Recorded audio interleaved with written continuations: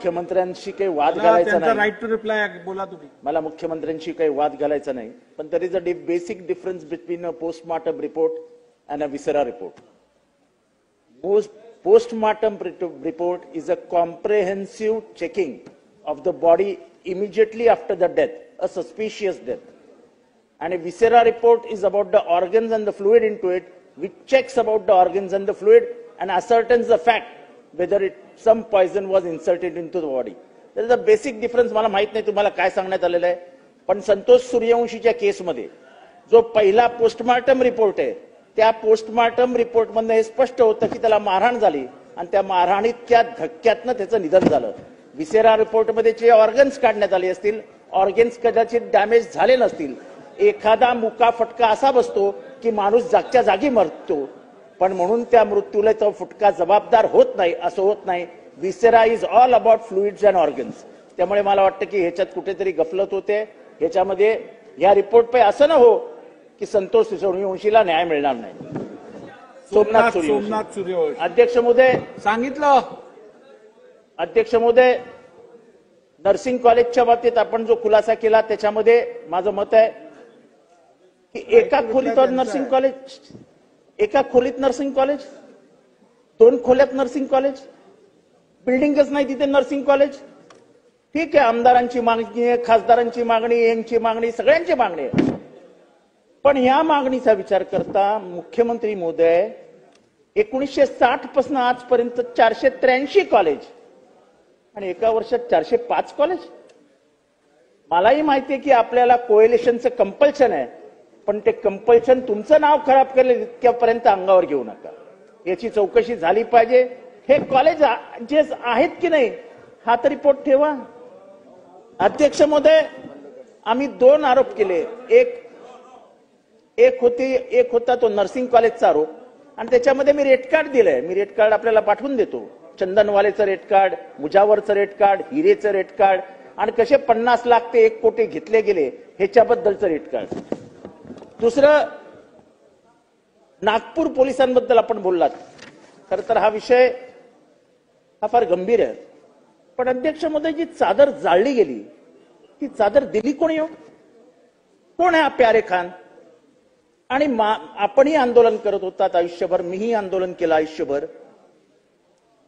आपण जेव्हा एखादा पुतळा जाळतो तेव्हा पोलीस पहिल्यांदा काय करतात तर आपल्या हातातनं पुतळा हिसकावून घेतात. मग असं काय झालं की ती चादर तिथे 15 मिनिट जळतच राहिली?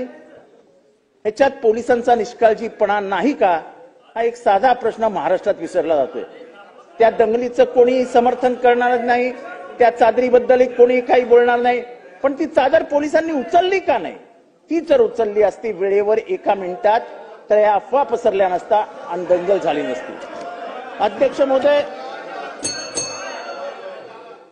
महोदय, टोलचा भ्रष्टाचार त्याच्याबद्दल आपण काहीच उत्तर दिलं नाही. अनिल कुमार गायकवाड 100 रुपये वाचवण्यासंबंधीचा प्रस्ताव तयार करतात. सध्या तुम्ही जर कधी MSRDCच्या ऑफिसमध्ये आणि अनिल गायकवाडांच्या ऑफिसमध्ये गेलात तर तिथे काय चालतं मुंबई टोलच्या बाबतीत आणि कसं चालतं ह्याचा आपण जरा अभ्यास केला तर बरं होईल. तिथली माहिती घेतली तर बरी होईल. MSRDC हा दलालांचा अड्डा झालाय, अड्डा. अध्यक्ष महोदय, मी एक अजून गंभीर आरोप केलेला आहे. आनंदीबाईची गडी नावाची गडी होती नाशिकमध्ये, त्याच्यामध्ये कागदपत्रांचा हेरफार करून जी जमिनी नावावर करण्यात आल्यात ते पेशव्यांच्या काळातल्या जमिनी आहेत. तिथे आनंदीबाई पेशवे राहायच्या. ती जमीन जर कोणी माणसाने आपल्या नावावर करून घेतली असेल तर सरकार त्याची चौकशी करणार की नाही, एवढाच माझा प्रश्न आहे. अध्यक्ष महोदय, मी जाता जाता 2च गोष्टी सांगतोय. आपण पानिपतचं स्मारक उभारतायत, कौतुक आहे आपलं, पण पानिपतचं स्मारक का? जिथे आपला अहमद शाह अब्दालांनी दारुण पराभव केला, सदाशिव भाऊंना मैदान सोडावं लागलं, मराठ्यांची बेइज्जत झाली म्हणजे पानिपत. आपण म्हणतो अरे पानिपत होईल रे तुझं. पानिपत ही आपल्या शौर्याची निशाणी नाही, ती आपल्या पराभवाची निशाणी आहे. आणि म्हणून तिथे आपण करत असाल ते योग्य आहे, मला त्याच्याबद्दल आक्षेप नाही. पण पानिपतचं कुठलंही स्मारक ही पराभवाचं आठवण करून देणारं स्मारक आहे. कारण का पानिपतमध्ये मराठे जिंकले नाही तर त्यांचा दारुण पराभव झाला. हा इतिहास पानिपत 1, पानिपत 2, पानिपत 3 1761 साली अहमदशाह अब्दाली, अहमदशाह दुरानी विरुद्ध सदाशिव भाऊ ही लढाई लढली गेली आणि त्याच्यामध्ये मराठ्यांचा पराभव झाला. हा इतिहास तुम्हाला पुसता येणार नाही. अध्यक्ष महोदय, आणि रस्त्यांच्या बाबतीत मला एवढंच सांगायचं आहे की रस्ते कसे चालू आहेत. अध्यक्ष महोदय, माझ्या इथे नवयुगा नावाच्या माझ्या मतदारसंघात कुठलीही परवानगी नाही, एन्व्हायरमेंटची परवानगी नाही, गव्हर्नमेंटच्या परवानगी नाही, काय नाही. भरणी सुरू आहे, काम सुरू आहे, आरएमसीचं मशीन टाकून झालंय. अरे काय यांच्या बापाची मालमत्ता आहे की काय? गव्हर्नमेंट नावाच्या इन्स्टिट्यूशनला जर विचारायचंच नसेल आणि आम्ही नवयुगा आहोत. मला मुख्यमंत्री महोदय, नवयुगाचा इतिहास आपल्याला फक्त 1 मिनिटात सांगायचा आहे. हे कोण आहेत नवयुगा मला माहितीये. एक माईन खणताना माहितीये 40 जण आतमध्ये अडकले, तो हा नवयुगावाला. त्याचे असे सगळे देशभरात उद्योग असेच आहेत. काय चालू आहे अध्यक्ष महोदय? मुख्यमंत्री महोदय, याच्यावर आपण बोलावं आणि याच्यावर, आणि 1761 माझा विरोध नाही, ठीक आहे, पण कुठल्याही युद्धाच्या पराभवाचं स्मारक जगात कुठेही नाही. अध्यक्ष महोदय, सन्माननीय आव्हाड साहेबांनी राईट टू रिप्लाय मध्ये काही मुद्दे उपस्थित केले आहेत. पहिल्यांदा आपण हे लक्षात घ्या की कुठलाही पोस्टमॉर्टमचा जो रिपोर्ट असतो ना, त्या रिपोर्टमध्ये लिहिलेलं असतं की दीज आर प्रिलिमिनरी फाइंडिंग्स आणि फायनल फाइंडिंग हे व्हिसेराचं एनालिसिस केल्यानंतर आपण देऊ. आणि कॉज ऑफ डेथ हा तोपर्यंत टेम्पररीच असतो. कॉज ऑफ डेथ हा व्हिसेरांनीच एसर्टन होतो, तो पोस्टमॉर्टम रिपोर्टनी होत नाही. त्यामुळे पोस्टमॉर्टम रिपोर्ट आणि व्हिसेरामध्ये जर डिफरन्स आला असेल तर आपल्याला त्याची नीट चौकशी करावी लागेल. म्हणून मी आव्हाडसाहेब रूल आउट नाही केलं. सोमनाथ सूर्यवंशी यांना न्याय मिळालाच पाहिजे आणि म्हणून त्याकरता जे करावं लागेल ते आम्ही करू. आणि म्हणून निश्चितपणे या संदर्भात जो आपण अहवाल केलेला त्या संदर्भातलं काम आपण करू. आपण जे नर्सिंग कॉलेजच्या संदर्भातला विषय सांगितला, निश्चितपणे एका रूम मध्ये नर्सिंग कॉलेज, तिनामध्ये याची चौकशी केली जाईल. अशा प्रकारचे नर्सिंग कॉलेज कोणी चालवत असतील तर ते बंद केले जातील. नाही, ते करू ना, त्याची चौकशी ते बंद केले जातील, ते चालू आम्ही देणार नाही. पण एवढंच सांगतो की त्याची आवश्यकता नर्सिंग कॉलेजची खूप मोठ्या प्रमाणात आहे. त्यामुळे अशा काही जर त्याच्यात अनियमितता असतील तर त्या निश्चितपणे त्या ठिकाणी आपण बघू. एक आपण सांगितलं की काय प्यारे खाननी चादर दिली वगैरे, मला नवीनच आपण सांगून राहिलात. प्यारे खानचा त्या चादरीशी काही संबंध नाही, त्या घटनेशी संबंध नाही. तो बिचारा त्या अल्पसंख्याक आयोगाचा अध्यक्ष आहे. त्यांनी मुस्लिम हिंदू सगळ्यांना एकत्रित करून त्यांच्या बैठका घेतल्या, त्याच्यानंतर मुस्लिमांचं म्हणणं काय ते ऐकून घेतलं. त्यामुळे मला असं वाटतं विनाकारण, पण आपण जे पॉइंट आउट केलं नक्की त्याच्या चौकशीत येईल की बाबा ते जप्त का केलं नाही किंवा ते का जळत होतं वगैरे, या सगळ्या गोष्टी या ठिकाणी येतील. टोलच्या संदर्भात आपण जे सांगितलंय, तर आता नव्याने टोलचं टेंडर निघतं आहे. टेंडर संपलेलं आहे, ते ट्रान्सपरंट पद्धतीने निघावं अशा प्रकारचा आपण निश्चितपणे प्रयत्न करू. आणि ही जी आनंदीबाईची गडीची जमीन आपण सांगितली आहे त्याची चौकशी आम्ही निश्चितपणे करू की कोणी जर ती जमीन अशा प्रकारे बळकवण्याचा प्रयत्न करत असतील. एक पानिपतच्या संदर्भात मी आपल्याला फक्त एवढंच निदर्शनास आणून देतो की इतक्या वर्षामध्ये पानिपतच्या लढाईला सातत्याने आपण हे म्हटलेलं आहे की ही आमची शौर्याची लढाई आहे. याचं कारण काय माहिती आहे? पानिपतच्या लढाईशी किंवा अहमदशाह अब्दालीशी मराठ्यांचा काही संबंध नव्हता, काही नव्हता. तो काळ असा होता की ज्या काळामध्ये संपूर्ण देशामध्ये मराठ्यांनी एक आपली ताकद उभी केली होती आणि वेगवेगळ्या ठिकाणी वेगवेगळ्या लोकांना बसवलेलं होतं जे तिथला राज्य कारभार चालायचे. त्यावेळेचा दिल्लीचा जो बादशाह होता हा मराठ्यांना खंडणी द्यायचा, किंवा खंडणी द्यायला काय टॅक्स म्हणतात, टॅक्स द्यायचा, महसूल द्यायचा, खंडणी नाही महसूल द्यायचा, टॅक्स द्यायचा, हा चौथाई द्यायचा. आणि नाव विसरलो होता मी. आणि ज्यावेळी अहमदशाह अब्दालीने येऊन या ठिकाणी दिल्लीवर कब्जा केला त्यावेळी त्यांनी मराठ्यांना पत्र लिहिलं की दिल्ली वाचवण्याकरता या. काही काम नव्हतं मराठ्यांचं, देशातलं कोणी गेलं नाही, मराठी तिथे गेले, मराठ्यांनी दिल्ली जिंकली, अब्दालीला हरवलं, अब्दाली पळून यमुनेच्या पार जाऊन बसला. यमुनेच्या पार जाण्याची तयारी देखील मराठ्यांनी केली. त्या दरम्यान अहमदशाह अब्दालीने मराठ्यांना एक पत्र पाठवलं आणि त्या पत्रात त्यांनी म्हटलं की तुम्ही शूर आहात, तुम्ही वीर आहात, मला तुमच्याशी लढायचं नाही, आपण समझोता करू, तुम्ही हे मान्य करा, पंजाब, सिंध आणि बलुचिस्तान हा माझा प्रदेश राहील आणि उरलेला भारत हा मराठ्यांचा, हे मी मान्य करतो. आपल्याला कल्पना असेल, मराठ्यांनी अटकेपार झेंडे लावले होते. अफगाणपर्यंत या अहमदशाहला पूर्ण परास्त करून अफगाणमधनं आपण आलो होतो, त्याचा बदला घेण्याकरता आला होता. पण त्याला हे लक्षात आलं की या बलाढ्य मराठ्यांपुढे आपण या ठिकाणी टिकू शकणार नाही आणि म्हणून त्यांनी सांगितलं की हे 3 प्रांत, आता याचा काही मराठ्यांशी संबंध होता, पंजाब, सिंध आणि बलुचिस्तान, पण मराठ्यांनी त्यांना उत्तर पाठवलं 1 इंच जमीन तुम्हाला आम्ही देणार नाही.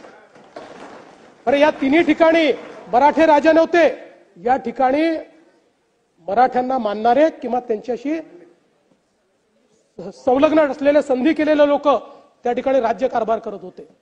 पण मराठ्यांनी त्या ठिकाणी ठरवलं आणि त्यानंतर ती लढाई झाली. आणि त्या लढाईमध्ये जर त्या लढाईचा इतिहास बघितला, ही पहिली लढाई अशी आहे की ज्या लढाईमध्ये बंदुकांचा वापर झालेला आहे.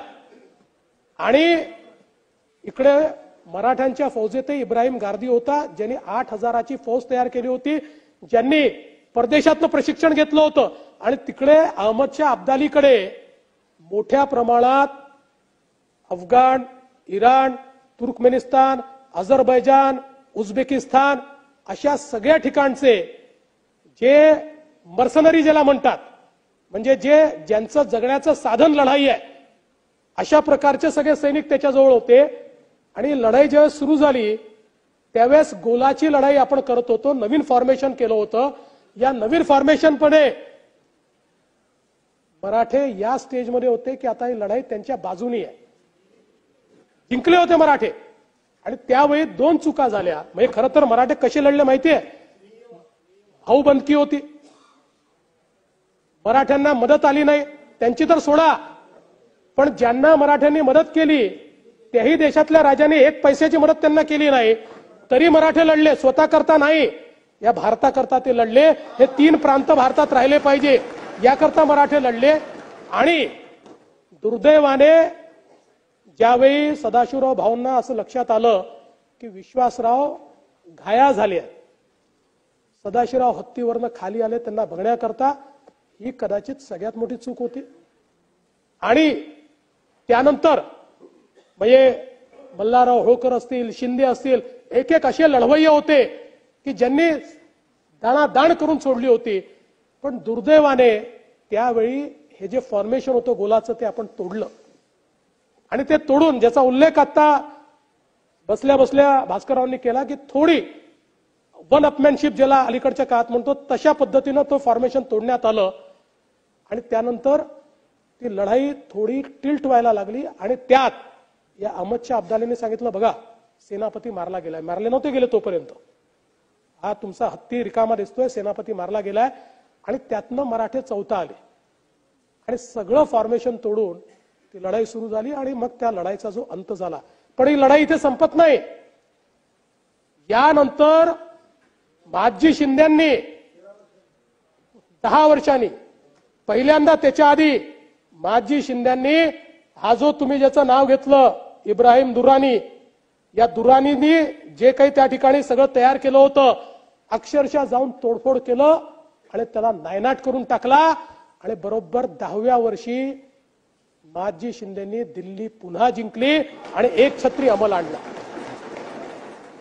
आणि यात सगळ्यात महत्वाचं काय आहे, यात महत्वाचं हे आहे की आपण म्हणता ना, अहमदशाह अब्दाली लढाई जिंकला, अहमदशाह अब्दाली देशात थांबलाच नाही. खरं म्हणजे ही लढाई जिंकल्यानंतर तो भारताचा अनभिषिक्त राजा झाला होता. पण मराठ्यांनी त्याचे हौसले इतके पस्त केले होते की पानिपतच्या लढाईनंतर तो आपल्या गावी परत चालला गेला, त्याने त्याच्यानंतर लढाई केली नाही.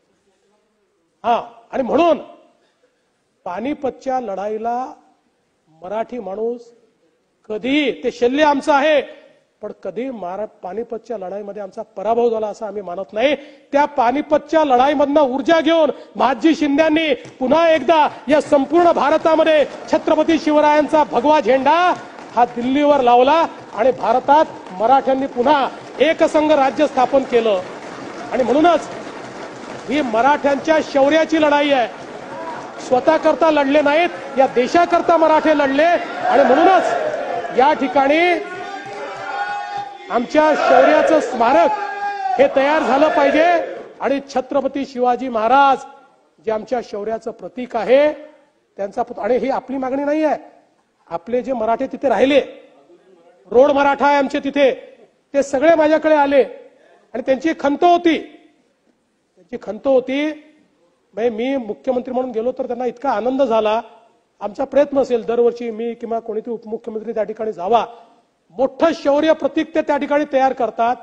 त्यांची खंत होती की मराठ्यांनी इतकी मोठी लढाई केली, ही जागा आहे, इथे स्मारक छोटंसं त्या काळात तयार झालेलं आहे, पण त्यानंतर काही झालेलं नाहीये. ते चांगलं स्मारक व्हावं आणि त्यांची इच्छा होती की या ठिकाणी छत्रपती शिवरायांचा अश्वारूढ पुतळा हा तयार व्हावा.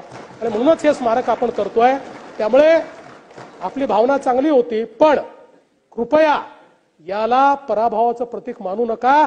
यातनंच आपण विजय मिळवलेला आहे. मराठे विजयी झाले आणि हा देश एकसंघ ठेवलाय आणि म्हणून आपण या ठिकाणी हे स्मारक करतोय. एवढंच मी आपल्या निदर्शनास आणून देतो. सभागृहाने या प्रस्तावावर विचार केलेला आहे.